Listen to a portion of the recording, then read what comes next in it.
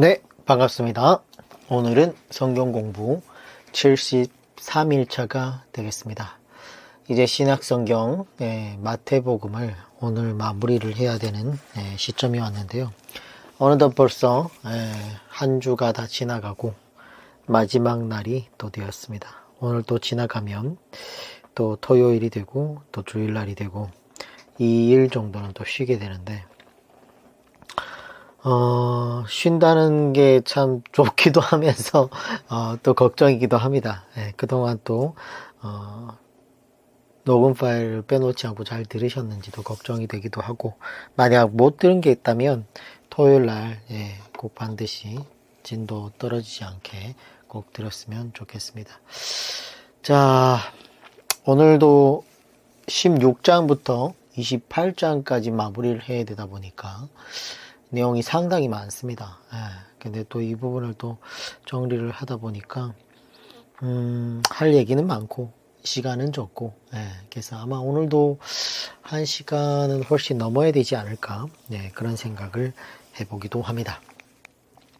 그러면 기도하고 바로 시작하도록 하겠습니다. 은혜가 풍성하신 하나님, 주님의 사랑과 은혜에 감사를 드립니다. 주께서 우리의 마음을 늘 겸손하게 하여 주시고 하나님 앞으로 나올 수 있는 귀한 복된 자리로 인도해 주심에 감사를 드립니다. 주님, 이번 한 주간도 주님의 말씀을 보고 배우고 깨달으려고 합니다. 우리의 마음을 교만하게 하지 마시고 마음을 낮추어서 하나님의 종이 된 자세로 주님의 말씀대로 살아갈 수 있는 백성들로 인도하여 주시옵소서. 부족한 저희들에게 지혜와 명철을 더하여 주시사 하나님 말씀을 들을 때에 올바르게 깨닫게 하여 주시고 무엇보다도 마태복음에 기록된 제자도의 사명을 깨닫고 우리가 앞으로 나아가야 될 길을 묵묵히 감당해 나가는 주의 성도들이 되게 인도하여 주시옵소서. 오늘 마태복음을 마무리하려고 합니다. 주님, 상당히 많은 분량이지만 주님께서 인도하여 주시고 우리의 마음을 옥토로 변화시켜 주셔서 30배, 60배, 100배의 결실을 맺는 주의 성도들이 되게 인도하여 주시옵소서. 늘 감사드리며 사랑하는 예수님의 이름으로 기도드립니다. 아멘. 네, 16장이죠. 네, 16장 1절. 16장 1절에서 4절까지는 예수님께서 표적을 구하는 바리새인과 사두개인을 책망하시는 내용이 나옵니다. 바리새인과 사두개인들이 와서 예수를 시험하여 하늘로부터 오는 표적 보이기를 청하니, 만약 여기서 예수님께서 이들의 요청에 따라서 이적을 만약 행하신다면 아마 앞서 우리가 봤던 것처럼 9장 34절처럼 예수님을 사탄의 사주를 받은 자로 아마 매도했을 겁니다. 따라서 예수님께서는 그들의 그 불순한 요구를 거절하시면서 그들의 그 완악함을 꾸짖고 있죠. 4절에 악하고 음란한 세대가 표적을 구하냐, 요나의 표적 밖에는 보여줄 표적이 없느니라 하시고 그들을 떠나가시느니라. 그러니까 오늘날 우리 기독교도 어쩌면 구하는 것이 악하고 음란한 그런 세대이기 때문에 표적을 구하고 있는 것이 아닌가. 예수님의 죽으심과 부활하심의 표적밖에, 요나의 표적이라는 게 그 뜻입니다. 그 표적밖에는 보여줄 표적이 없다라는 얘기죠. 자, 5절에서 12절까지는 예수님께서 제자들에게 바리새인과 사두개인의 교훈을 주의하라고 경계하시는 내용입니다. 16장 8절, 예수께서 아시고 이르시되 믿음이 작은 자들아 어찌 떡이 없으므로 서로 논의하느냐, 너희가 아직도 깨닫지 못하느냐. 떡 5개로 5,000명을 먹이고 주운 것이 몇 바구니이며 떡 7개로 4,000명을 먹이고 주운 것이 몇 광줄이었는지를 기억하지 못하느냐. 여기에서도 바구니와 광줄이라는 용기의 용어가 정확히 구분되어 있습니다. 그리고 절대 능력의 주님을 믿는 사람은 이 세상의 물질에 대하여 염려하면 된다 안 된다? 안 된다는 거예요. 그런 염려하는 마음이 있다면 믿음이 연약한 자들이라는 거예요. 그런 자들이 믿음이 연약할수록 물질에 대해서 걱정하고 염려한다는 얘기를 하고 있습니다. 이러한 연약한 믿음에서 벗어나는 길은 빨리 세상적 욕심을 생각과 염려를 버리고 오직 주님의 가르침을 깨닫는 방법밖에는 없는 것이 되겠죠. 11절 어찌 내가 말한 것이 떡에 관함이 아닌 줄을 깨닫지 못하느냐.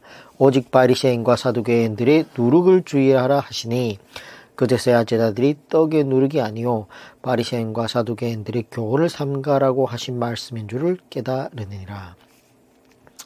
누룩이 밀가루에 영양을 주는 성질이 있고 적은 양의 누룩이 많은 밀가루를 급속히 팽창시키는 성질을 가지고 있는 것처럼 인간의 사상과 교리와 전통은 누룩과 같이 빠르고 광범위하게 침투하는 것을 알아야 돼요. 오늘날 우리 교회 같은 경우도 이 성경 66권을 가르치는 설교를 만약 멈춘다 그러면 혼합화, 미십화, 미신화, 무당화, 무속신앙 이런 것들이 팽배해지는데 그리 많은 시간이 걸리지 않습니다. 아마 이미 누룩이 어마어마하게 퍼졌어요. 그래서 6절과 11절에서 예수님께서 거듭 강조하고 계신 것처럼 사람의 사상과 전통을 끊임없이 조심하고 계속하여 경계하는 것이 중요하다는 거예요. 그리고 참고로 말씀드리면 바리새인의 교훈인 장로들의 전통, 유전이라고 하죠.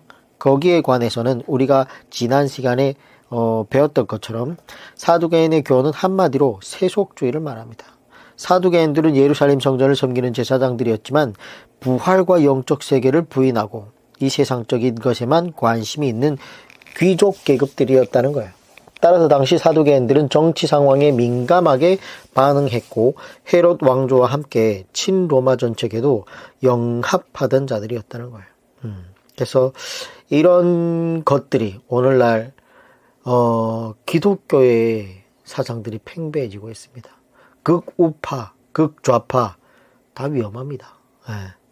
그래서 어느 당에 속해 있다 전에도 얘기했지만 너무 좌로나 우로나 치우치면 위험하다는 거예요. 우리는 예수님의 가르침을 먼저 배워야 되고 먼저 앞장 세워야 되는 겁니다. 전에도 말라기를 마무리하면서 얘기를 했지만 나라가 없어져도 교회가 망해서는 안 되지 않겠습니까?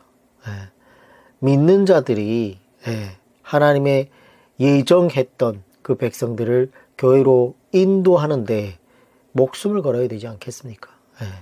그게 오늘날 그리스도인들이 하나님의 말씀을 가지고 전파해야 되는 사명이라는 것입니다.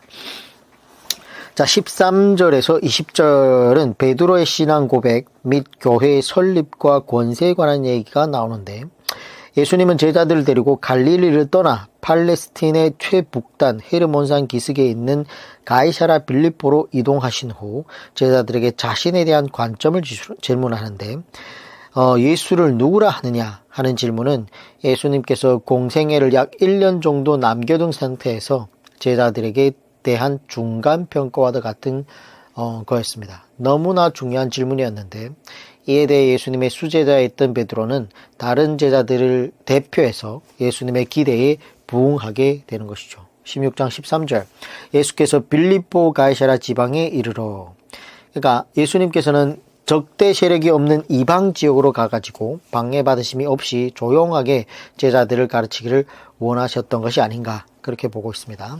빌립보 가이사라 지역은 분봉왕 헤롯 빌립 2세가 다스리던 지역이었고 이렇게 불필요한 분쟁이나 불필요한 방해를 받지 않도록 피하시는 지혜로운 예수님의 모습을 우리가 묵상하고 본받아야 될 필요도 있다는 거예요.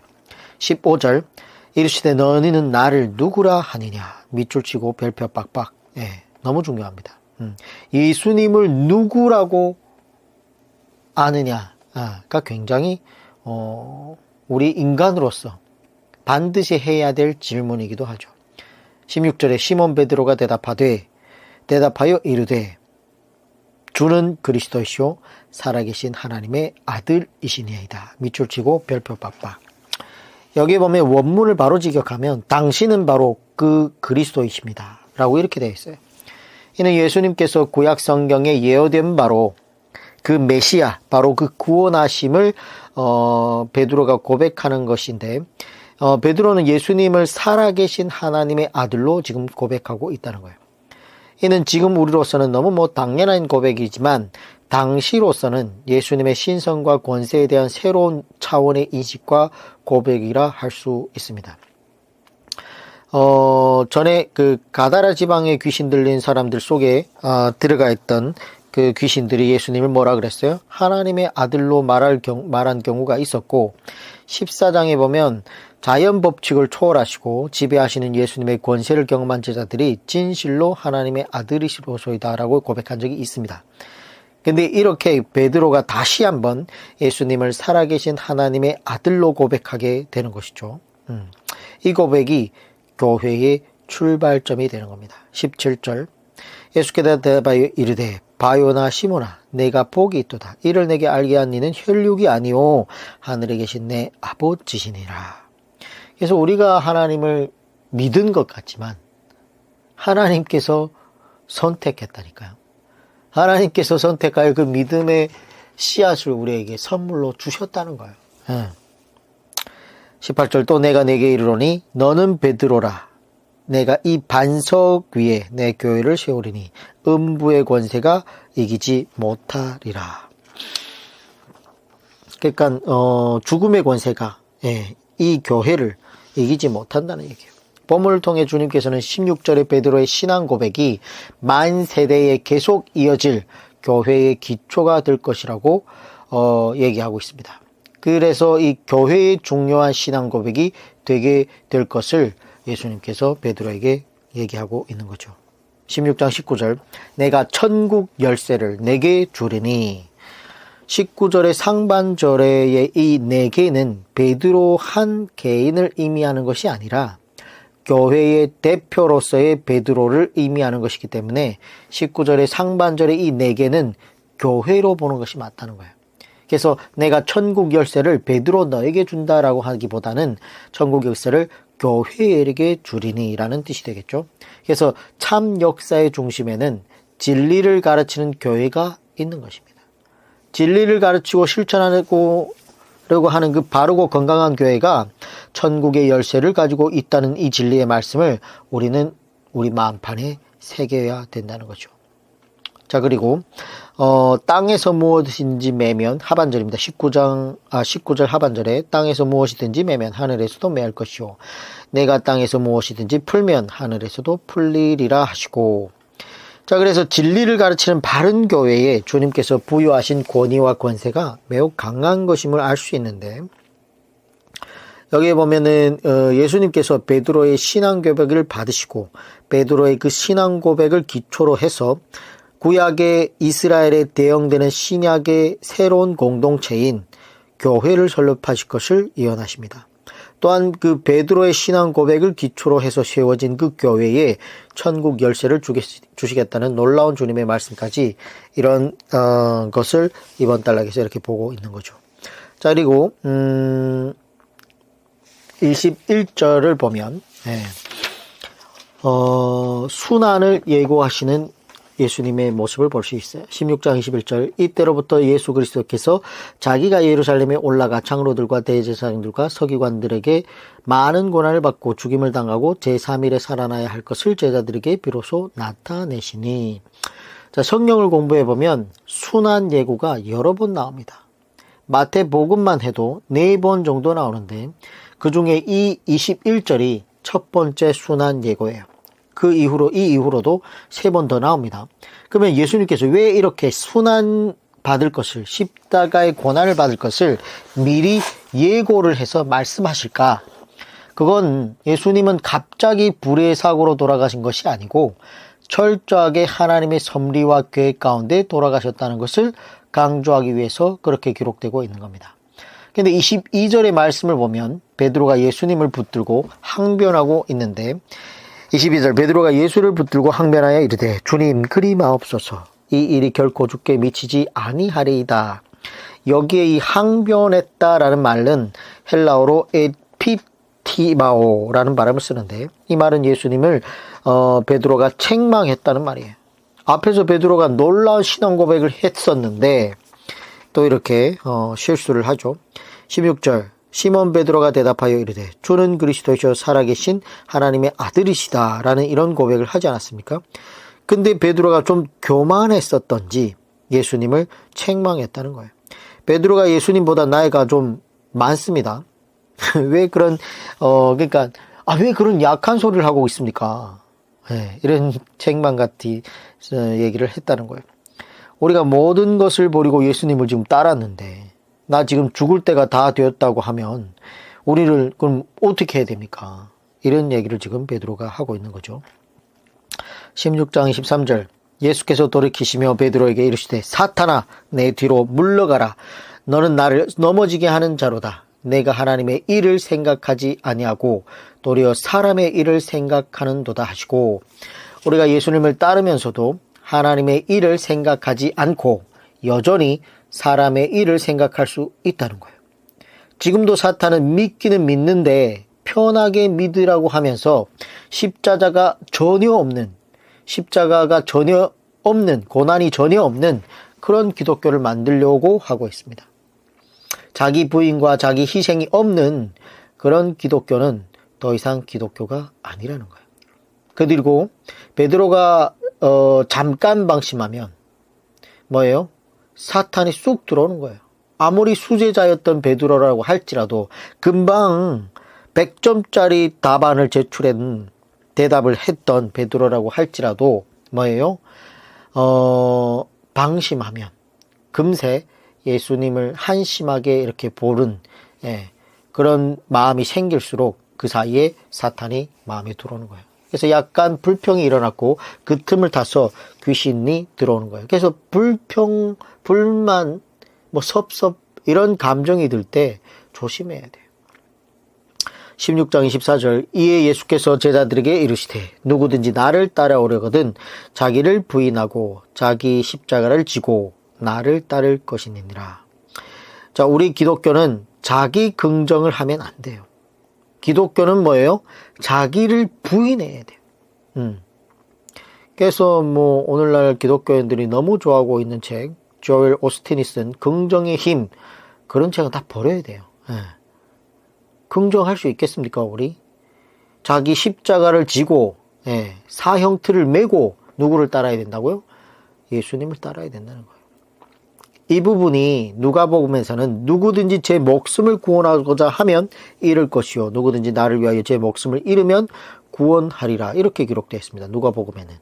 그래서 죽는 자만 부활하고 죽는 자만 구원하게 된다는 거예요. 그러므로 12사도 거의 다 순교하지 않았습니까? 사도 요한 빼고는 다 순교했지 않습니까? 지금은 일사가고 주길철 목사님처럼 그렇게 목숨 걸고 자기 십자가를 지고 그 심사참배하지 않겠다고 고개만 까딱거리라는 그런 타협도 하지 않는 그런 사람이 특별하다라고 생각을 하지만 그게 원래 제자의 길이라는 거예요. 27절 인자가 아버지의 영광으로 그 천사들과 함께 오리니 그때 각 사람이 행한 대로 갚으리라. 자, 구약 성경에도 각 사람이 행한 대로라는 말이 계속 나왔었죠. 신약에서도 예수님의 입에서도 예수님의 가르침에서도 똑같은 말씀이 나옵니다. 그런데 오늘날 바울 서신의 몇 구절만 가지고 그리고 아주 편협하게 성경을 보는 사람들이 이런 본문을 읽으면 거부감이 드는 거예요. 우리는 행함으로 구원받는 건 아닙니다. 근데 뭐예요? 예수님은 각 사람이 행한 대로 갚아주겠다고 하지 않습니까? 28절 진실로 너에게 이르노니 여기 서 있는 사람 중에 죽기 전에 인자가 그 왕권을 가지고 오는 것을 볼 자들도 있느니라. 여기에 볼 자가 있다는 건 베드로, 야고보, 요한을 말합니다. 그래서 이 마태복음 16장 28절은 원래 17장으로 가야 되는 얘기인데 편집이 잘못돼서 좀 어렵게 됐습니다. 그래서 17장 1절을 이어서 보면 엿새 후에 예수께서 베드로와 야고보와 그 형제 요한을 데리시고 따로 높은 산에 올라가셨더니 그들 앞에서 변형되사 그 얼굴이 해같이 빛나며 옷이 빛과 같이 희어졌더라. 참 이런 거는 설명도 안 되고 이해도 안 되는 신비한 내용이에요. 그래서 그냥 믿어야 됩니다. 성도들이 나중에 우리가 마지막 나팔이 불 때에 어떤 영광스러운 옷을 입게 될 것인지를 예수님께서 잠깐 베드로, 야고보, 요한에게 보여준 것이 아닌가. 그래서 28절에서 인자가 그 왕권을 가지고 오는 것을 볼 자들도 있느니라 라고 했던 이 16장 28절의 말씀은 누구를 말하냐? 바로 이 베드로, 야고보, 요한을 말하고 있는 겁니다. 자, 그리고 5절에 보면 말할 때 호련히 빛난 구름이 그들을 덮으며 구름 속에서 소리가 나서 이르시되 이는 내 사랑하는 아들이요 내 기뻐하시는 자니 너희는 그의 말을 들으라 하시는지라. 자, 이 본문은 3장 17절에서 예수님께서 세례 받으실 때 하늘에서 들려진 소리와 동일한 소리입니다. 본문은 예수님의 메시아 되심을 하나님께서 직접 보증하시는 장면으로 이렇게 볼 수 있겠습니다. 자, 그리고 17장 10절에서 13절은 엘리야에 관한 세 제자의 질문과 예수님의 답변인데, 그때까지도 이 세 제자가 이미 순교한 세례 요한이 말라기서에서 예언되었던 엘리야였다는 사실을 아직도 깨닫지 못했음을 알 수 있어요. 그래서 17장 12절에 보면 내가 너에게 말하노니 엘리야가 이미 왔을 때 사람들이 알지 못하고 임의로 대우하였도다. 인자도 이와 같이 그들에게 고난을 받으리라 하시니 그제서야 제자들이 예수께서 말씀하신 것이 세례 요한인 줄을 깨달으니라. 그래서 한꺼번에 이 모든 것을, 성경 전체를 우리가 한번 이렇게 공부를 했다고 해서 모든 것을 깨닫는 게 아닙니다. 예. 이런 진리의 말씀을 통해 시간이 지나면서 하나씩 깨달아가는 것이죠. 하나씩 깨달아가면서 믿음도 깨달은 만큼 조금씩 성장하는 것입니다. 자, 그리고 17장 14절에서 21절은 예수님께서 귀신 들려 간질병에 걸린 한 소년을 고치신 사건이 나오기도 하고, 17장의 22절에서 23절은 예수님의 2차 순환 예고가 나옵니다. 앞에서 우리가 봤던 1차 순환 예고처럼 2차 순환 예고는 예수님의 죽으심과 부활하심, 그러니까 어쩌다 보니 그렇게 된 일이 아니고 하나님께서 철저히 계획하신 오묘한 섭리 가운데 이루어졌음을 분명히 보여주기 위해서 미리 예언하는 것이죠. 예고하는 것이죠. 자, 그리고 17장 24절에서 27절은 성점세 납부 논쟁이 나오기도 합니다. 그리고 18장 1절 보겠습니다. 18장 1절을 보면 그때의 제자들이 예수께 나와 이르되 천국에서는 누가 크니이까. 2절 예수께서 한 어린아이를 불러 그들 가운데 세우시고 이르시되 진실로 너에게 이르노니 너희가 돌이켜 어린아이들과 같이 되지 아니하면 결단코 천국에 들어가지 못하리라. 이런 얘기는 너무 중요하지 않습니까? 예수님께서 제자들에게 한 어린아이를 내세우시며 본받으라고 하신 것은 당시 어린아이들의 보편적 특징과 관련하여 주신 교훈인데, 즉 어린아이들이 보편적으로 부모의 가르침을 단순하게 잘 받아들이고 잘 순종하는 특징을 가지고 있는 것처럼 예수님을 따르는 자들도 이 어린아이들과 같이 예수님의 가르침을 단순하게 잘 받아들이고 잘 순종해야 함을 말씀하고 계시는 겁니다. 만약 어린아이들과 같이 예수님의 가르침에 순종하지 않는다면 뭐예요? 결단코 절대로 천국에 들어가지 못한다라고 얘기하고 있습니다. 이런 거는 주님의 경고의 말씀이죠. 그래서 반드시 별표 치고 밑줄 쳐놔야 됩니다. 4절 그러므로 누구든지 이 어린아이와 같이 자기를 낮추는 사람이 천국에서 큰 자니라. 천국은 자신을 낮추면 낮출수록 더 큰 자로 평가받는 이런 역설적인 진리로 설명되는 곳입니다. 여기서 중요한 부분은 겸손히 자신을 낮춰야 예수님의 가르침을 온전히 받아들일 수 있고 온전히 순종할 수 있다는 부분이 주님의 말씀이죠. 그래서 주님의 종이 되어야 주님의 말씀에 철저히 순종할 수 있는 것이죠. 그래서 이런 것들이 너무도 중요한 말씀이 되겠습니다. 자, 그리고 18장 6절 누구든지 나를 믿는 이 작은 자 중 하나를 실족하게 하면 차라리 연자 맷돌이 그 목에 달려서 깊은 바다에 떨어지는 것이 나으니라. 자, 본문에서 말씀하시는 이 믿음이 어린 자를 실족하게 하는 행위는 두 가지로 정의해 볼 수 있는데, 첫째는 이들을 그릇된 길로 인도하는 죄의 길로 끌어들이는 행위를 뜻하는 것이고, 둘째는 이들을 교만한 마음으로 내려다보며 경시하고 무시하는 행위를 뜻합니다. 7절 실족하게 하는 일들이 있음으로 말미암아 세상에 화가 있도다. 실족하게 하는 일이 없을 수는 없으나 실족하게 하는 그 사람에게는 화가 있도다. 네, 하나님의 심판이 있다는 거예요. 그리고 8절의 영생, 영원한 불, 9절의 영생, 지옥불에도 강조 표시를 하면 좋은데, 우리가 묵상해야 할 두려운 말씀이죠. 이 작은 자 하나를 실족하게 하는 것이 정말 그만큼 큰 벌을 받게 된다는 얘기를 하고 있습니다. 자, 그리고 14절을 보겠습니다. 이와 같이 이 작은 자 중에 하나라도 잃는 것은 하늘에 계신 너희 아버지의 뜻이 아니니라. 14절은 결국 창세전에 택하신 자 가운데 단 한 명도 잃어버리지 않고 모두 영생으로 인도하는 것이 하나님 아버지의 뜻임을 의미하는 것인데, 본단락의 작은 자는 가라지와 같은 인간의 사상을 따르는 거짓된 신앙인을 의미하는 것이 아니라 참된 진리를 따르는 참된 신앙인 중에서 이제 막 신학생활을 시작한 믿음이 어린 자를 의미하는 것으로 해석해야 되는 것입니다. 그래서 이러한 참된 새 신자 한 명 한 명을 너무나 소중하게 생각하시고 지극한 관심을 갖고 사랑을 가지고 계시다는 것을 우리는 알 수 있는 것이죠. 자, 그리고 18장 21절 가겠습니다. 네, 21절 그때 베드로가 나와 이르되 주여 주님 형제가 내게 죄를 범하면 몇 번이나 용서하여 주리까? 7번까지 하오리까? 예수께서 이르시되 내게 이르노니 7번뿐만 아니라 7번을 70번까지라도 용서할지니라. 본문은 무한대의 용서, 끝없는 용서를 의미하는 것이죠.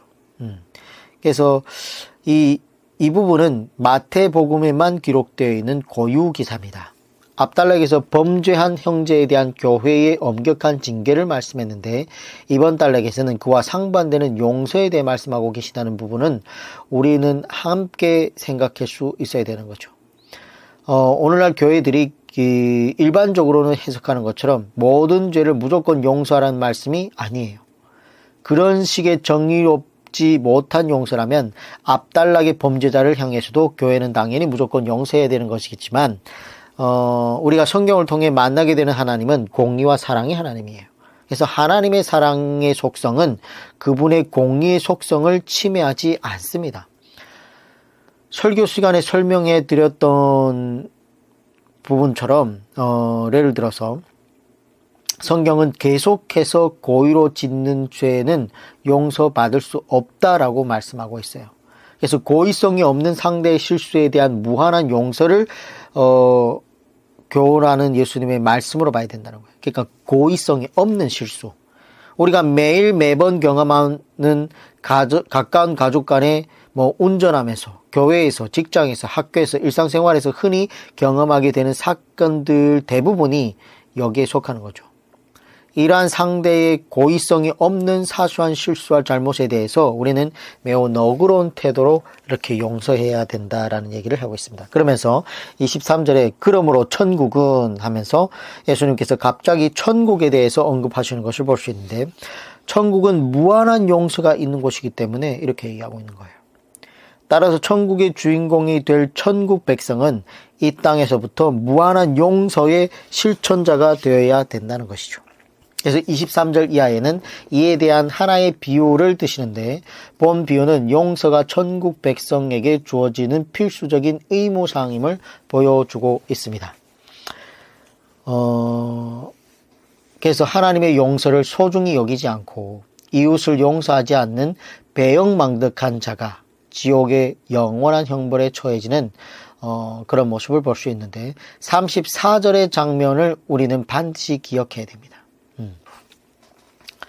그래서 18장 35절 가겠습니다. 너희가 각각 마음으로부터 형제를 용서하지 아니하면 나의 하늘 아버지께서도 너희에게 이와 같이 하시리라. 예. 그래서 너무 중요하죠. 우리가 형제를 용서하느냐 용서하지 않느냐에 따라서 뭐예요? 하나님도 우리를 용서한다 용서하지 않는다에 달려 있다는 거예요. 이런 거는 정말 우리가 챙겨봐야 되는 구절 중에 하나죠. 자, 그리고 19장으로 가겠습니다. 19장. 19장은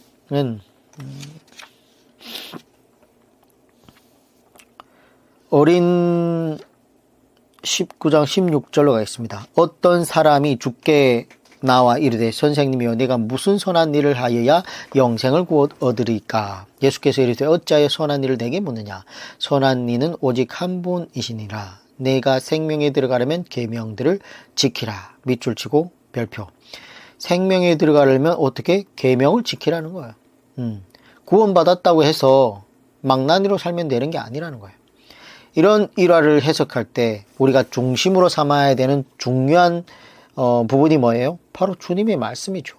이러한 예수님의 말씀을 변형하지 말고 예수님께서 말씀하신 그대로 그냥 순수하게 정직하게 받아들일 수 있어야 된다는 거예요. 19장 18절 이르되 어느 계명이나이까? 그러니까 부자 청년이 예수님께 질문을 하죠. 어떤 계명을 지켜야 됩니까? 라고 했더니 예수님께서 이르시되 살인하지 말라, 간음하지 말라, 도둑질하지 말라, 거짓 증언하지 말라. 19절 내 부모를 공경하라, 내 이웃을 내 자신과 같이 사랑하라 하신 것이니라.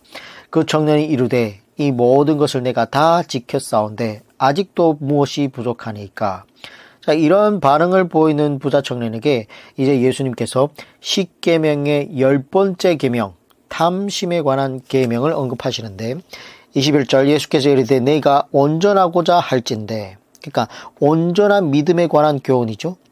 가서 내 소유를 팔아 가난한 자들에게 주라. 그리하면 하늘에서 보화가 내게 있으리라. 그리고 와서 나를 따르라 하시니 19장 22절 그 청년이 재물이 많으므로 이 말씀을 듣고 근심하며 가니라. 이때 이 부자 청년이 근심하고 나간 뒤로 지금까지 소식이 없습니다. 이 청년이 근심하며 예수를 떠난 이유는 분명히 재물이 많은 데서 찾고 있다는 거예요. 만약 이 청년이 가진 것이 적었다면 예수님을 쉽게 쫓을 수 있었을 것인데 어쩌면 오늘날 자신이 소유한 재물을 포기하지 못함으로 제자로서의 삶을 살지 못하고 영생을 얻지 못하는 수많은 사람들이 있을 수 있다는 거예요. 그래서 물질적 부유와 안정이 오히려 이 청년에게 영생을 가로막는 역할을 하였다는 사실을 우리는 기억해야 됩니다. 이렇게 이 청년은 가진 재물이 많음으로 쓸쓸하게 성경의 무대에서 퇴장하게 되고 더 이상 소식이 없다는 거죠. 자, 그리고 23절에서부터 30절까지는 부자와 천국의 관계에 대한 말씀이 나오는데 23절 예수께서 제자들에게 이르시되 내가 진실로 너에게 이르노니 부자는 천국에 들어가기가 어려우니라. 부자는 가난한 사람들이 겪지 않아도 될 또 다른 재물이란 큰 장애가 있으므로 천국에 들어가기가 어렵다는 주님의 말씀입니다. 부자뿐만 아니라 명예를 가진 자, 권력을 가진 자와 같이 세속적인 측면에서 누리는 것이 많은 사람일수록 자연히 이러한 것에서 의존하게 살아가고 있기 때문에 하나님을 의존하기가 더 어렵고 따라서 장차 천국에 들어가기도 더 어렵다는 얘기입니다. 24절 다시 너에게 말하노니 낙타가 바늘구멍 귀로 들어가는 것이 부자가 하나님의 나라에 들어가는 것보다 쉬우니라. 이러한 예수님의 비교는 부자가 천국에 들어가는 것이 매우 어렵다는 사실을 강조하여 전달하고 있는 것이죠. 25절 제자들이 듣고 몹시 놀라 이르되 그렇다면 누가 구원을 얻을 수 있으리까? 불을 복의 상징으로 간주하던 당시 유대주의적 사고에 젖어 있었던 제자들은 하나님께 많은 복을 받은 부자들조차도 천국에 들어가기가 이렇게 어렵다면 과연 천국에는 누가 들어갈 수 있습니까? 라고 지금 의문에 휩싸여서 지금 질문을 하고 있죠. 그랬더니 예수님께서 26절 예수께서 그들을 보시며 이르되 사람으로는 할 수 없으나 하나님으로서는 다 하실 수 있느니라. 이 본문은 인간의 구원은 전적으로 하나님의 주권에 달려있다는 말씀을 강조하고 있습니다. 그래서 모든 것을 버리고 예수님을 쫓았던 제자들에게 주어질 상급과 보상에 관한 말씀인데 29절에 나오죠. 인간이 정말 포기하기 어려운 대상들을 나열하십니다. 또한 예수님께서는 자신을 위하여 예수님을 위하여 이 모든 것을 희생하라고 명령하고 있는 것이죠. 이는 하나님의 나라를 인생의 최고의 가치로 삼는 사람만이 실존할 수 있는 부분인데 19장 29절 또 내 이름을 위하여 집이나 형제나 자매나 부모나 배우자나 자식이나 전토를 벌인 자마다 여러 배를 받고 또 영생을 상속하리라. 제자도 중에 하나입니다. 마지막으로 일침을 놓듯이 30절과 같은 말씀을 하시는데 30절 그러나 먼저 된 자로서 나중되고 나중된 자로서 먼저 될 자가 많으니라. 강조 표시하죠. 그러니까 신앙은 성숙하지 않으면 반드시 퇴보하게 되어 있다는 얘기를 하고 있습니다. 만약 저와 여러분이 최선을 다하여 신구약의 말씀을 공부하고 실천함으로써 천국에서 먼저 된 자로서 나중되지 않기를 바란다는 거예요. 무슨 얘기냐면 먼저 된 자라고 교만할수록 퇴보할 수 있다는 거예요. 네. 그러면서 20장을 이어서 볼게요. 그래서 19장과 20장은 예수님께서 예루살렘에 입성하시기 전에 약 6개월간 요당 동편 베레아와 유대 땅에서 행했던 사역에 대한 기록인데 천국의 비밀이 나오죠. 네. 포도원 품꾼의 비유가 나오면서 20장 1절부터 16절까지 포도원 품꾼의 비유입니다. 그러면서 20장 1절에 천국은 마치 이렇게 나오죠. 자, 이러한 표현은 본 비유가 천국의 성격을 보여주는 중요한 내용임을 나타내는 구절이에요. 그래서 이 부분을 우리가 정리를 하면 집주인이 나오죠. 네, 본 비유에서 집주인은 오전 6시, 9시, 12시, 오후 3시, 5시에 각각 일꾼들을 포도원에 들이게 되는데 해가 지는 오후 6시경이 되자 각기 다른 시간에 들어온 모든 일꾼에게 똑같이 품삯을 한 데나리온씩 줬다는 거예요. 여기서 이 동일하게 지급된 이 품삯 한 데나리온은 예수 그리스도의 십자가 공로를 통한 구원을 상징합니다. 이 구원은 인간의 공로와 무관한 일로서 오직 하나님의 주권적인 은혜를 말하고 있는 것이죠. 자, 그래서 이 포도원의 품꾼 비유는 구속사의 진리를 잘 보여주는 비유기도 합니다. 그래서 구속사는 하나님의 섭리에 따라 진행되는 것이고 그 과정에서 하나님의 부르심을 받은 자들은 순서대로 구원의 대열에 참여하게 된다는 얘기예요. 네. 그래서 이것이 바로 포도원 품꾼의 비유의 의미가 되겠습니다. 그래서 천국 구원은 창세전에 선택된 천국 백성 누구에게나 동일하게 주어지게 된다는 얘기예요. 그러나 우리가 이미 앞에서 9장에서 봤던 것처럼 천국 상급은 이와는 전혀 다른 성격이라는 거예요. 천국 상급은 각 성도의 말씀에 대한 성실도, 즉 각 성도의 성숙도에 따라서 현저하게 달라지는 거예요. 20장 16절 볼게요.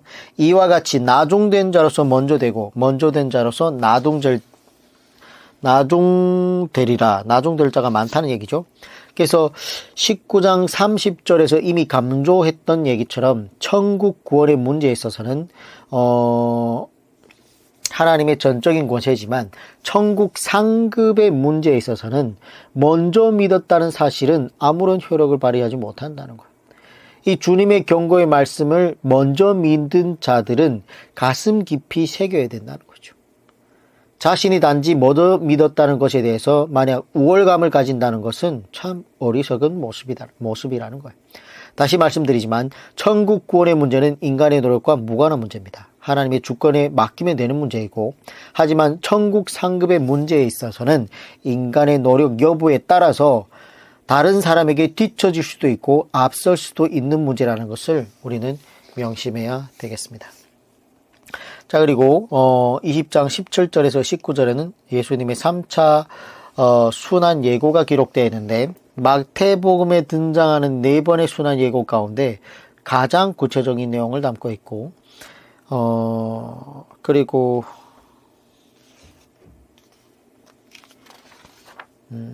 21장 가겠습니다. 21장 1절.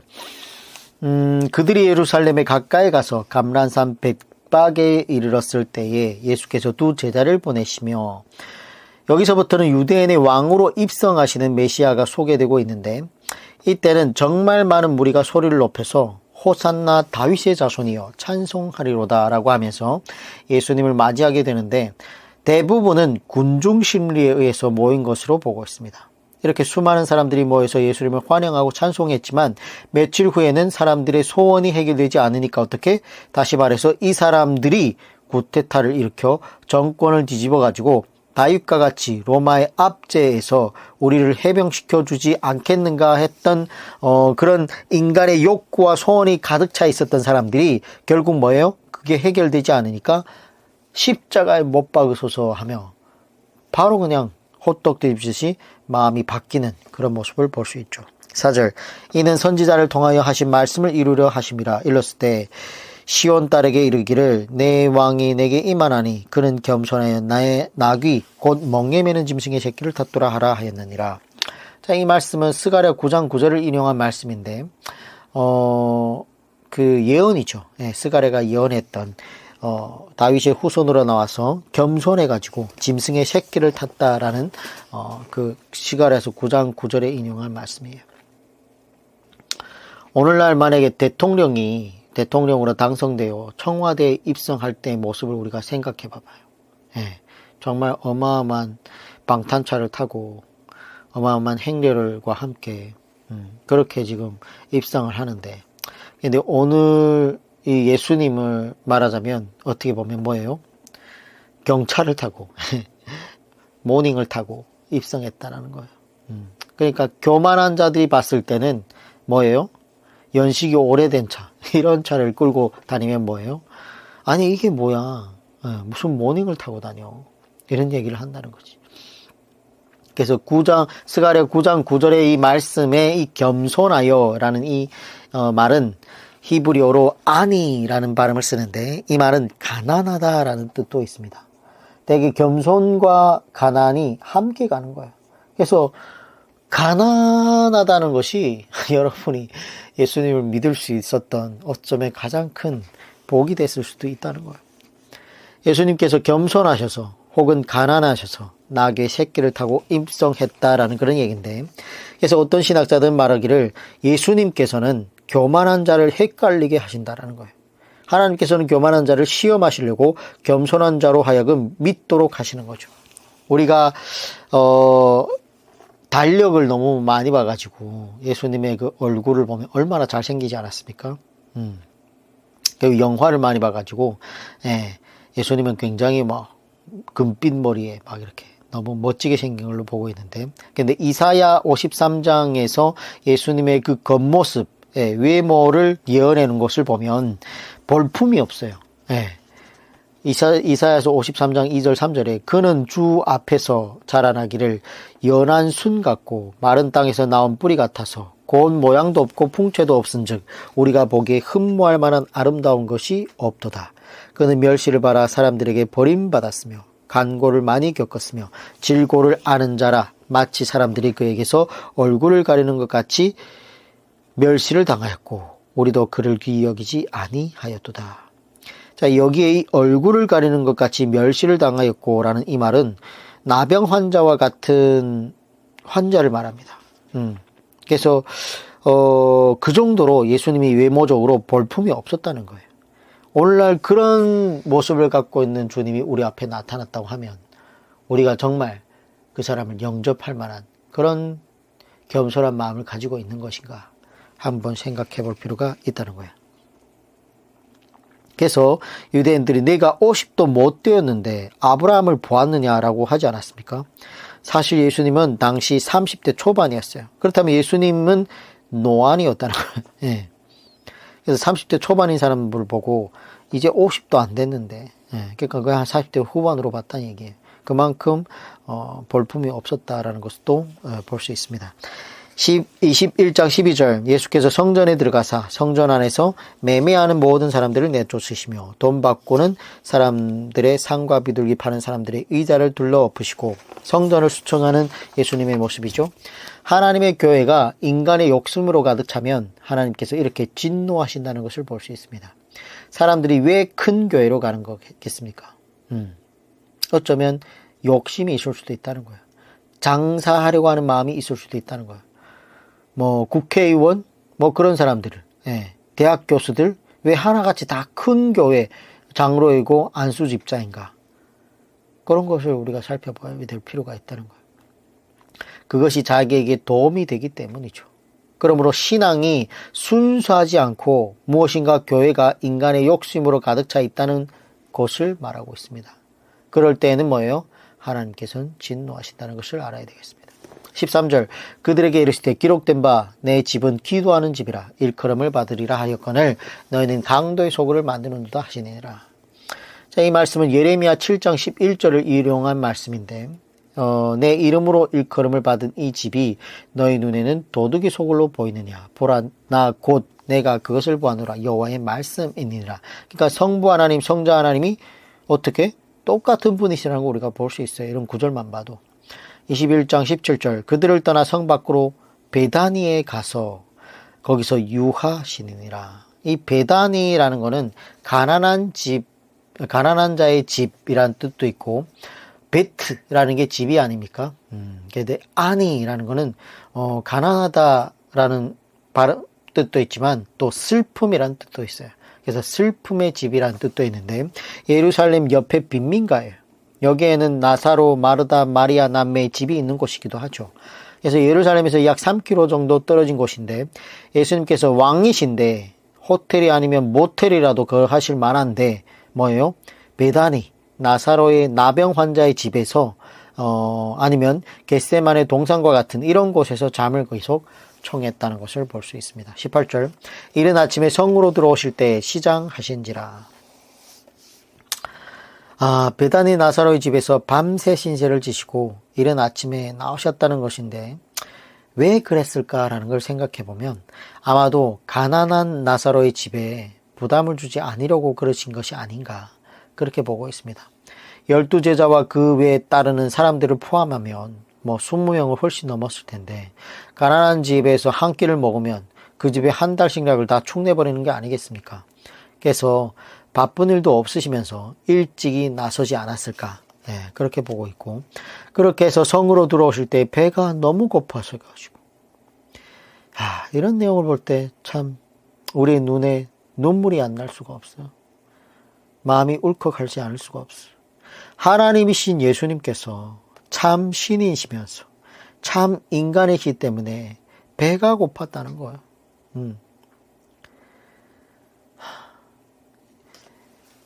다이어트를 해보면 한 끼, 두 끼만 안 먹어도 막 호독일 때가 너무 많습니다. 근데 우리 예수님께서 시장했다는 거예요. 시장.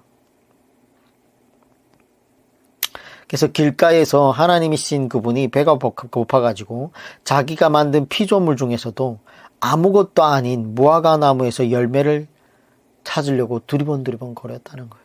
19절 길가에서 한 무화과 나무를 보시고 그리로 가사 잎사귀밖에 아무것도 찾지 못하시고 나무에게 이르시되 이제부터 영원토록 내가 열매를 맺지 못하리라 하시니 무화과 나무가 곧 마른지라. 중동 지역의 이 무화과는 수확할 때가 아니더라도 하나씩 열매를 맺는다고 합니다. 그래서 주먹만한 무화과가 몇 개씩은 달려 있다고 하는데 근데 이 무화과 나무는 어떻게 된 것인지 아무것도 없었다는 거예요. 그래서 예수님께서 화가 나가지고 이제부터 영원토록 내가 열매를 맺지 못하리라고 이렇게 말씀하셨다는 거예요. 그래서 그 나무가 마르기 시작했고 잎만 무성한 무화과 나무가 되면 안 된다는 거예요. 그래서 겉사람은 그럴듯한데 속사람은 형편없다는 얘기죠. 죽은 시체와도 같은 그런 무화과 나무 같은 열매 없는 무화과 나무 같은 사람이 신앙인이 대해서는 안 된다라는 것을 얘기를 하고 있습니다. 자, 22장으로 갈 텐데, 네, 22장 가겠습니다. 22장은 유대 종교 지도자들을 향한 혼인잔치의 비유가 기록되어 있는데, 22장 5절, 그들이 돌아보았지도 않고 한 사람을 자기 밭으로, 한 사람을 자기 사업으로 하러 가고, 한 사람은 자기 사업하러 가고. 그러니까 5절은 임금의 잔치의 초청에 관한 사람들이 무시하는 부정적인 반응과 사람들이 그러한 부정적인 반응을 보이는 이유를 지금 설명하고 있는데, 당시 유대인들이 하나님의 초청에 부정적인 반응을 보인 이유는 그들의 관심이 천국보다는 뭐예요? 자신의 밭과 산업에 있었기 때문이에요. 누가복음 14장 19절 20절에 보면은 잔치의 초청을 거부한 이유가 밭을 산 것 외에도 구매한 소를 확인해야 하고 결혼했기 때문이라고 나와 있습니다. 오늘날도 어쩌면 어리석은 사람들은 뭐 공부해야 되고 입시해야 되고 취업해야 되고 결혼해야 되고 직장 가야 되고 사업해야 되고 물질적인 거 그리고 성공 등과 같은 이런 자기 자신의 현실적 문제 때문에 그런데 집착과 욕심을 가지고 있기 때문에 하나님의 초청을 반복적으로 등한시하고 무시하고 있는 것은 아닌지 생각해 볼 필요가 있다는 거예요. 때문에 저와 여러분은 자신의 현실적 문제에 얽매여 가지고 하나님의 이 귀중한 영생의 초청을 거부하는 우매한 자가 되어서는 안 된다는 겁니다. 천국의 가치를 깨닫고 자신의 모든 것을 버리고 이 값진 천국 초청에 응답할 수 있는 지혜자가 되어야 되겠습니다. 자, 7절, 임금이 노하여 군대를 보내어 그 살인한 자들을 진멸하고 그 동네를 불사르고. 하나님의 초청을 무시하고 하나님의 초청 소식을 전해주었던 선지자들을 모욕하고 죽였던 유대인들에게 임할 하나님의 심판의 예언이기도 하죠. 자, 이 본문은 AD 70년경에 로마 군대의 침공으로 예루살렘이 함락되어 유대인들이 진멸당하고 예루살렘이 불타는 비극적인 역사를 통하여 이루어지게 되는 것을 볼 수 있어요. 이 예언이.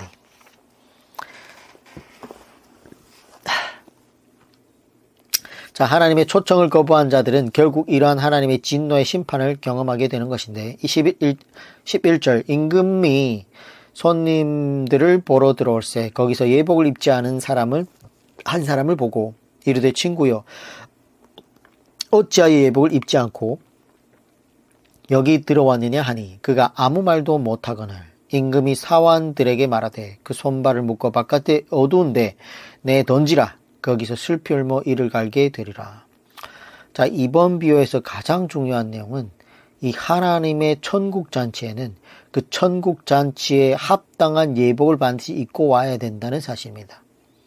이 천국잔치에 합당한 예복은 계시록에 우리가 19장 8절을 먼저 가보면 성도들의 옳은 행실, 성도들의 의로운 행위라고 이렇게 기록되어 있어요. 그래서 마음으로 믿어 의에 이르고 입으로 시인하여 구원에 이르는 그 추상적인 믿음은 반드시 하나님의 뜻을 따르는 의로운 행위, 하나님의 말씀에 순종하는 옳은 행실로 검증이 되어야 된다는 거예요. 옳은 행실이 없는 믿음은 즉 그 자체가 죽은 믿음이라는 것을 분명히 알아야 되겠습니다. 그래서 14절을 보시면 이번 비유의 결론이 나오는데 청함을 받은 자는 많되 택함을 입은 자는 적으니라. 예수님께서는 본문을 통해 많대와 적으니라 라는 대구적 표현을 사용하셔서 천국에 초청받은 사람들은 가운데서 하나님의 말씀을 지켜 행하는 의로운 행위가 없으므로 초청을 받았지만 결국엔 천국에서 제외되고 지옥에 내던져질 사람들이 많은 것임을 분명하게 경고하고 계시는 겁니다. 쉽게 말하면 교회를 다니는 사람 중에 계시록 19장에서 예언되고 있는 어린 양의 혼인잔치에 참석할 성도가 많지 않다는 것을 주님께서 말씀하고 계시는 것입니다. 그래서 천국잔치에 초청을 받아 정말 함께 그 복을 누리게 되는 저와 여러분은 자신의 모습을 돌아보아 과연 천국잔치에 참여하기에 합당한 의의 옷을, 의의 의복을 입고 있는지 돌아보고 아직도 그 의의 옷을 입지 못했다면 속히 말씀으로 삶의 방향을 돌이키고 믿음의 올바른 행실을 행위를 보여야 된다는 것입니다.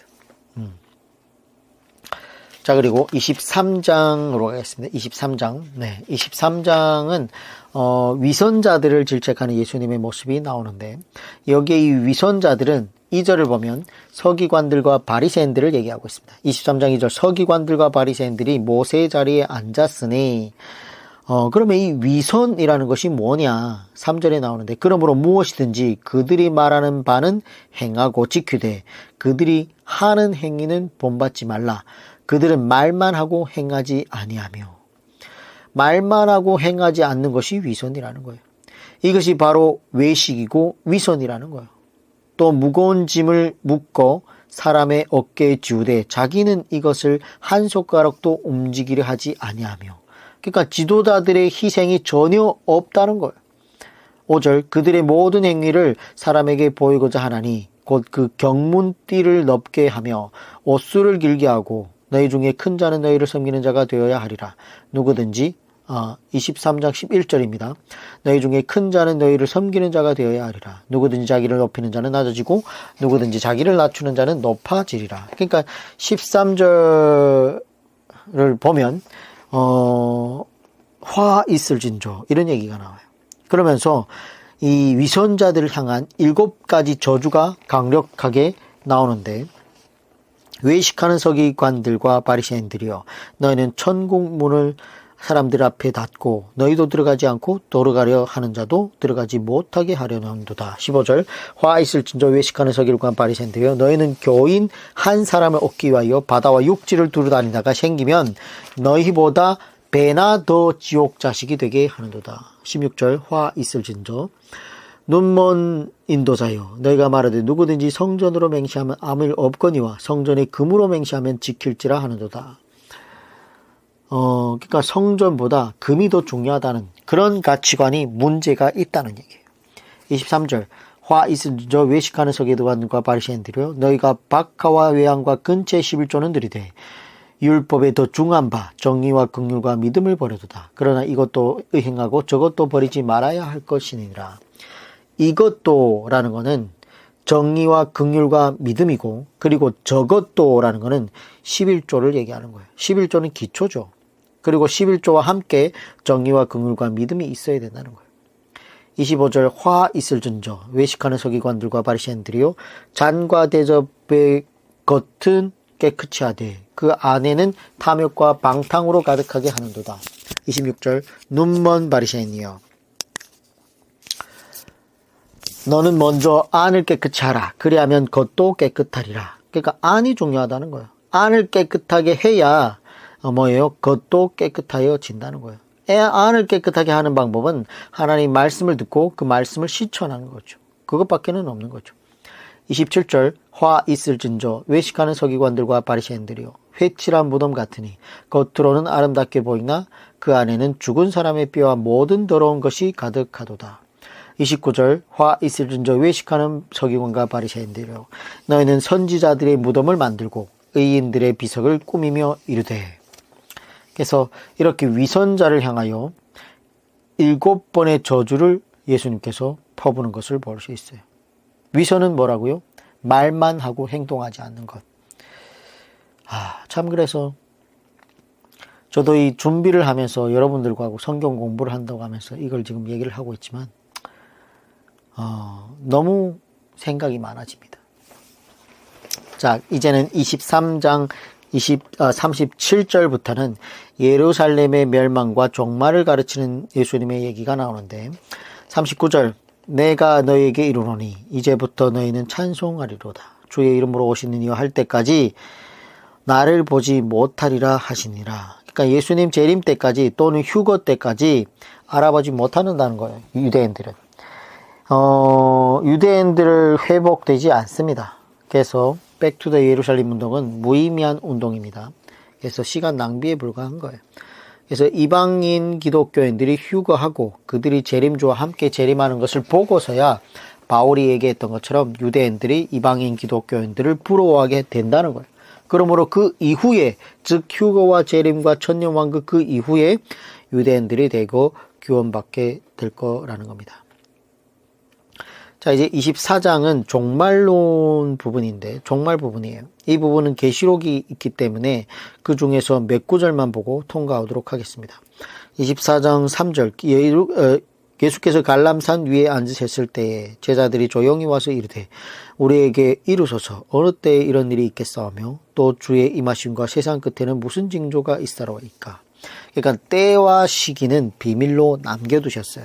그러므로 성부 하나님 외에는 때와 시에 대해서는 알 수가 없다는 거죠. 그래서 우리가 때와 시를 정확하게 이야기하는 것은 매우 위험한 행동이고 그런 사람들을 따라가면 돼요, 안 돼요? 안 된다는 거예요. 그런 징조는 알 수 없습니다. 근데 징조는 알 수 있습니다.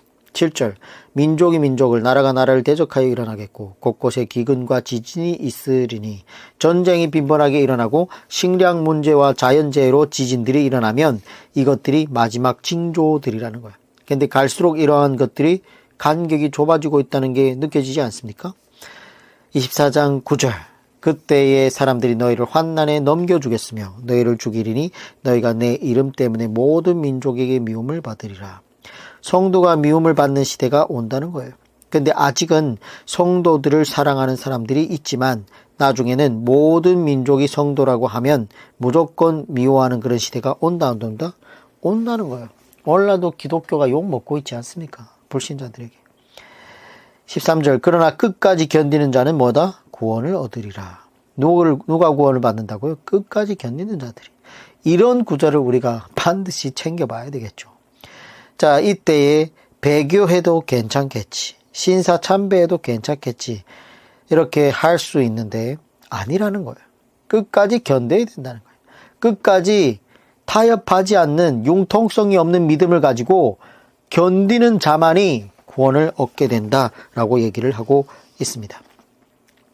25장으로 갑니다. 25장에는 세 가지 비유가 나오는데 1절 여기에는 열천의 비유가 나옵니다. 이 비유의 핵심은 기쁨에 참여하는 자가 있다는 것이고 그러면 어떻게 해야 기쁨에 참여할 수 있다고 예수님께서 말씀하시는가? 깨어있어 준비했던 자들만 기쁨에 참여할 수 있다는 겁니다. 우리는 과연 깨어서 준비하고 있는 것인가? 한번 생각해 볼 필요가 있다는 거예요.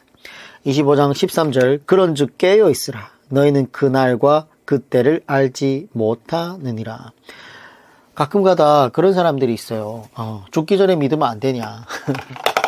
그때를 알아요. 자기가 언제 죽는지 모르잖아요.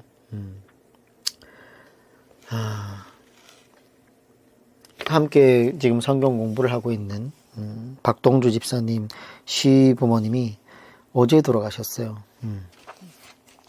안타깝지만 우리는 우리의 종말이 언제 오는지 스스로 모릅니다. 네. 정말 좋아하는 집사님이 뇌암으로 얼마 전에 수술했는데 1월 중반까지는 연락이 됐는데 지금 위독하시다고 합니다. 마음이 너무 아파요. 초반에는 그래도 제가 지금 녹음하는 파일을 보내드리고 너무 좋아하셨어요. 근데 이제는 거의 혼수 상태라고 하니까 눈도 안 보고 그래서 그나마 다행인 게 그래도 그분은 하나님을 아는 분이라 너무 아깝죠. 50도 안 됐는데 벌써도 그렇게 되니까. 그래서 깨어 있어야 된다는 거예요. 예. 우리는 그날과 그때를 안다 모른다? 모른다는 거예요. 25장 14절 이하에는 달란트 비유가 나오고 있습니다. 이것도 기쁨에 참여하는 자가 있다라는 건데 어떤 자느냐? 착하고 충성된 자들만 기쁨에 참여하게 된다는 거예요. 25장 21절 그 주인이 이르되 잘하였도다 착하고 충성된 종아 내가 적은 일에 충성하였음에 내가 많은 것을 내게 맡기리니 내 주인의 즐거움에 참여할지어다 하고 이렇게 우리는 착하고 충성된 자들이라고 주인에게 하나님에게 예수님에게 칭찬받는 사람들이 되어야 되겠습니다. 자 그리고 25장 31절 이하는 양과 염소의 비유가 나옵니다. 이 부분도 굉장히 중요한데 내용은 일단 그래도 보겠습니다. 네, 봐야 될 것 같습니다. 25장 31절.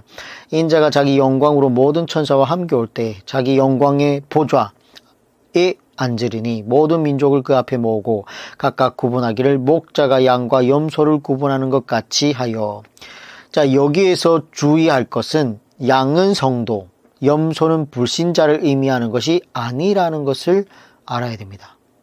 6월절에 어린 양을 바치지만 염소도 바칠 수 있다 없다? 있어요. 출애굽기 12장 5절을 보면 염소도 바칠 수 있다는 거예요. 염소하면 막 나쁜 것으로 이렇게 보는데 그렇지 않습니다. 본문의 문맥을 근데 잘 보면 둘 다 예수님을 믿는 자들로 성도들을 얘기하고 있는 거예요. 33절 양은 그 오른편에 염소는 왼편에 두리라. 그때 임금이 그 오른편에 있는 자들에게 이르시되 내 아버지께 복받을 자들이여 나와 창세로부터 너희를 위하여 예비된 나라를 상속받으라. 천국을 상속받으라는 거예요. 아직은 천국 간 사람이 아무도 없습니다. 네, 부활의 몸을 입어야 천국 갈 수 있고 지옥도 심판의 부활의 몸을 입고 심판을 받는 거예요. 지금은 다 영의 상태로 아브라함의 품인 나곤과 아니면 음부에 머물러 있을 뿐입니다. 나중에 누가복음을 다룰 때 이 부분을 알려드릴게요. 마태복음 25장 35절 내가 줄일 때에 너희가 먹을 것을 주었고 목마를 때에 마시게 하였고 나그네 되었을 때 영접하였고 36절 헐벗을 때 옷을 입혔고 병들었을 때 돌아보았고 복에 갇힐 때에 나와서 보았느니라. 이에 의인들이 대답하여 이르되 주님 우리가 어느 때에 주께서 줄이신 것을 보고 음식을 대접하였으며 목마르신 것을 보고 마시게 하였나이까. 어느 때에 나그네 되신 것을 보고 영접하였으며 헐벗으신 것을 보고 옷 입혔나이까. 어느 때 병드신 것이나 옥에 갇히신 것을 보고 가서 배웠나이까 하리니 25장 40절 임금이 대답하여 이르시되 내가 진실로 너에게 이르노니 너희가 여기 내 형제 중에 지극히 작은 자 하나에게 한 것이 곧 내게 한 것이니라 하시고. 자, 이런 걸 보면 천국 가는 자들의 삶이 어떠했다는 것인가를 우리가 생각해 볼 수 있는 거예요. 그들은 약하고 소외된 사람들을 섬기는 삶으로 살았다는 얘기예요. 그렇죠? 25장 41절 또 왼편에 있는 자들 뭐예요? 염소들에게 이르시되 저주를 받은 자들아 나를 떠나 마귀와 그 사자들을 위하여 예비된 영원한 불에 들어가라. 내가 줄일 때에 내가 너희가 먹을 것을 주지 아니하였고 목마를 때에 마시게 하지 아니하였고 나그네 되었을 때 영접하지 아니하였고 헐벗을 때 옷 입히지 아니하였고 병들었을 때와 옥에 갇힐 때 돌보지 아니하였느니라. 그들도 대답하여 이르되 주님 우리가 어느 때에 주께서 줄이신 것이나 목마르신 것이나 나그네 되신 것이나 헐벗으신 것이나 병드신 것이나 옥에 갇히신 것을 보고 공양하지 아니하더이까. 이에 임금이 대답하여 이르시되 내가 진실로 너에게 이르노니 이 지극히 작은 자 하나에게 하지 아니한 것이 곧 내게 하지 아니한 것이니라 하시니라. 25장 46절 그들은 영벌에 의인들은 영생에 들어가리라 하시니라. 자, 이런 심판의 복음이 마태복음에만 해도 10가지 이상 등장합니다. 이런 걸 우리가 잘 챙겨봐야 되는데 이런 걸 보통 보지 않아요. 자, 26장으로 가겠습니다. 26장. 잠깐만요. 26장. 네. 26장 26장 1절에는 1절부터 1, 2절에는 예수님의 4차 순환 예고가 나오고 3절, 5절에는 유대 종교 지도자들의 예수님의 살해 음모에 대한 얘기가 나옵니다. 그리고 또 그 26장 6절에서 13절은 그 유명한 베다니 마리아의 그 도유 사건이 나오기도 하죠. 바로 17장으로 가겠습니다. 17장으로 가겠습니다. 26장 17절로 가면 여기에는 최후의 만찬을 나누시는 예수님을 소개하고 있는데 이 부분은 우리가 성찬식 때 많이 보죠. 네, 그래서 청찬식 때 얘기가 나오는데 21절을 보시면 최후의 만찬 자리에서 예수님께서 12제자 중 배반자가 나와 자신을 사내들의 공유에 팔아넘길 것이라는 경악할 만한 말씀을 하시는 것이죠. 그래서 24절에서 예수님께서는 유다를 향해 존재하는 것 그 자체가 비극이라는 말씀을 하십니다. 그래서 마태복음 26장 25절에 예수를 파는 유다가 대답하여 이르되 랍비여 나는 아니지요. 대답하시되 내가 말하였도다 하니라. 자, 이러한 과정들이 가롯 유다에게 주시는 마지막 회개의 기회였었는데 결국 돌아오지 않는 거죠. 그래서 참 안타깝죠. 이런 걸 보면. 자, 27장으로 가겠습니다. 27장은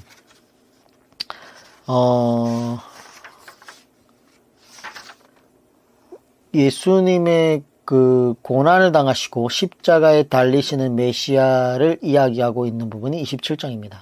그래서 이 부분도 우리가 잘 아는 내용이고 고난 주간마다 꼭 보는 부분이기 때문에 넘어가고 28장으로 가면 죽음을 이기시고 부활하신 예수님을 소개하고 있습니다. 그래서 이 부활절마다 또 이 부분은 또 살펴보고 있죠.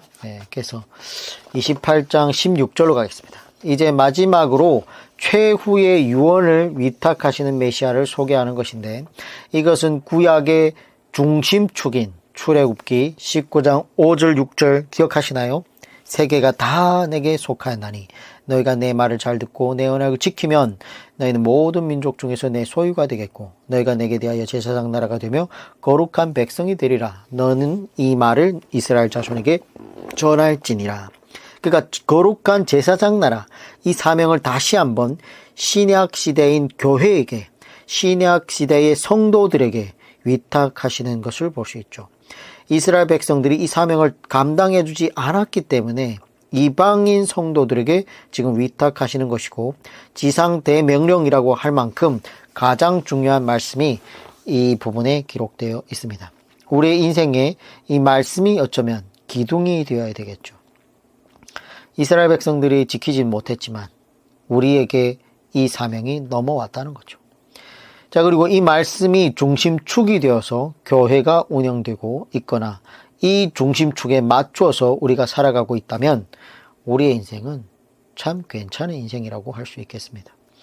28장 18절, 예수께서 나와 말씀하여 이르시되 하늘과 땅의 모든 권세를 내게 주셨으니 그러므로 너희는 가서 모든 민족을 제자로 삼아 아버지와 아들과 성령의 이름으로 세례를 베풀고, 여기에 보면 모든 민족을 신자로 삼아라라고 되어 있지 않습니다. 뭐예요? 제자로 삼아. 제자는 어떻게 되어야 된다? 제자도 있지 않습니까? 저의 카톡 프로필에는 그게 있습니다. 정말 원하고 갈망하는 건데, 가진 것을 모두 바치다. 목숨까지도. 그리고 앞에다 제자도라고 이렇게 적혀져 있는데, 제자도는 그런 거예요. 가진 것을 모두 버리는 거예요. 바치는 거예요. 목숨까지도. 정말 그렇게 마지막을 마감했으면 좋겠습니다. 저는. 그래서 모든 민족을 신자로, 그냥 믿습니다, 믿습니다 말로만 하는 것이 아니라 뭐예요? 신자로 삼는다는 거예요. 신자로. 제자로 삼는다는 거예요. 왜? 순교할까지, 목숨을 버리는 정도까지 제자로 삼아서 성령의 이름으로 그들에게 세례를 베풀. 마태복음 28장 20절, 내가 너에게 분부한 모든 것을 가르쳐 지키게 하라. 볼지어다 내가 세상 끝날까지 너희와 항상 함께 있으리라 하시니라. 모든 것을 가르쳐 지키게 하라는 거예요. 가서 사형리만 전하면 돼요, 안 돼요? 안 된다는 거예요. 그리고 외국 사람들에게 가서 한국 복음성가를 가르치면 무슨 소용이 있겠습니까? 그것만 가르치지 말고, 예배 문화만 가르치지 말고, 뭐예요? 모든 것을, 성경 66권을 가르쳐서 그냥 가르치고, 그렇구나 감탄하고 끝나는 것이 아니라 지키도록 가르쳐야 된다는 거예요. 내가 세상 끝날까지 너희와 항상 함께 있으리라. 어떤 자에게 이런 약속을 보장했습니까? 앞에 말씀대로 가서 모든 족속으로 제자를 삼고 세례를 베풀고, 그리고 모든 것을 가르쳐 지키게 하는 자에게 누가? 하나님께서 영원히 세상 끝날 때까지 함께 하시겠다는 거예요. 이런 사람들의 발이 바울 사도가 말했던 것처럼 가장 아름다운 발이라는 거예요. 그 길을 걸어가는 발걸음이 가장 아름다운 발자국이 된다는 겁니다. 그래서 우리는 구도자, 도를 구하는 자에서 머물러 있으면 안 되고 구도자를 넘어서 전도자가 되어야 됩니다. 이러지 않으면, 다시 말해서 전도자까지 가지 않으면 우리의 신앙은 결국 도태되게 된다는 거예요. 멈춰 있는 순간에 죄가 문 앞에 엎드려져 있는 거라고 얘기하고 있지 않습니까? 그래서 우리가 살기 위해서라도 주님의 이 지상대명령을 지켜나가야 된다는 겁니다. 너무 중요합니다. 그냥 성경 한 구절을 읽어놓고 하나님의 말씀이라고 오늘날 드리고 있는 예배보다도 정말 성경 66권을 다 가르치는, 다 배우는, 그리고 지켜 행하는 저와 여러분이 되기를 소망합니다. 자, 이렇게 마태복음을 오늘 이것으로 마치도록 하겠습니다. 마태복음의 마태 저자에 대해서 조금 더 간단하게 얘기를 해본다고 하면, 이 세리 마태가 예수님의 제자이기도 한데 그의 다른 이름은 뭐예요? 레위였습니다. 레위. 마태복음 9장 9절에 보면 예수께서 그곳을 떠나 지나가시다가 마태라 하는 사람이 세관에 앉아 있는 것을 보시고 이르시되 나를 따르라 하시니 일어나 따르니라. 레위라는 이름은 마가복음 2장 14절에 기록되어 있고 예수님은 길게 말씀하지 않았어요. 그냥 나를 따르라. 그래서 일어나 따르니라 이렇게 기록되어 있죠. 그래서 정말 위대한 분들이라면 예수님이 부름에 모두 다 한 번에 다 응답했습니다. 당시에 이 세리들은 공무원이 아니고 매국노 같은 사람들이었어요. 왜 욕을 얻어 먹으면서까지 삭개오는 세리장이 되었고 마태는 세리가 되었느냐라는 것을 우리가 다시 한번 살펴보면 그건 뭐예요? 뭐니 해도 돈을 벌려고 했기 때문이죠. 근데 마태가 모든 것을 버리고 예수님을 따랐다는 것은 뭐예요? 돈을 버리고 예수님을 따랐다는 말과도 같습니다. 이들이 예수님을 만나는 순간에 돈은 아무것도 아니라는 것을 깨달았다는 것이죠. 이렇게 해서 마태가 예수님을 모시고 멋있게 잔치를 베풀라는 장면이 마태복음에 나오는데 여기에는 두 가지 의미가 있습니다. 첫째는 과거를 정리하고 청산했다는 것, 둘째는 너희도 나와 함께 이분을 따르자는 의미도 포함되어 있습니다. 그는 예수님께서 부르실 때에도 멋있게 따르더니 마지막에는 마태복음을 이렇게 또 멋지게 기록하고 순교하셨죠. 예수님의 12제자들을 보면 되게 그냥 시골스럽고 순박하고 좋은 사람들이 많이 있었죠. 근데 문제는 실력이 조금 부족했습니다. 그래서 예수님께서 예수님의 말씀을 기록으로 남길 만한 실력을 가진 사람이 필요하셨던 것 같은데 그래가지고 언어적으로 뛰어난 마태를 부르신 것이 아닌가 그렇게 생각해 볼 수가 있다는 거예요. 그는 갈릴리 출신이기도 하고 아람어에 능통했고 유대인으로서 히브리어에 또 능통했고 로마의 세금을 거두는 세리로서 헬라어에도 능통한 자였습니다. 그래서 헬라어로 마태복음을 썼으니까 그의 언어 실력이 대단하다라고 볼 수 있겠죠. 그리고 마태복음의 이 스토리를 시간대 순으로 이어서 쓰지 않았습니다. 그냥 세리의 일을 보듯이 주제별로 종류별로 질서정연하게 이렇게 기록했죠. 세금을 따로따로 분류하던 습관이 있어서 그렇게 했다라고 하는 분들이 있는데 마태복음을 보면 예수님의 공생애가 매우 짧게 느껴져요. 약 6개월 정도밖에 나오지 않는데 마치 한 편의 다큐멘터리를 보듯이 예수님에 대해서 간단히 잘 이해시켜주는 복음서가 바로 마태복음입니다. 그래서 기록 연대는 대략 AD 60년대 초기로 추정하고 있는데 확정할 수는 없습니다. 그래서 그러나 추정하기로는 마가복음이 먼저 쓰여진 것으로 보고 그리고 구역과 밀접한 관계가 있는 복음서는 마태복음서가 이렇게 였기 때문에 마태복음이 신약과 연결되는 역할을 하게 되어 가지고 이렇게 제일 앞에 배열된 것이 아닌가 그렇게 보고 있습니다. 그래서 마태복음서를 보면 뒤에 우리가 또 공관복음이나 요한복음서도 이렇게 따로 살펴보겠지만 예수님의 말씀을 이렇게 직접 들어보면 우리가 그동안에 알고 있던 구원은 그렇게 쉬운 게 아닙니다.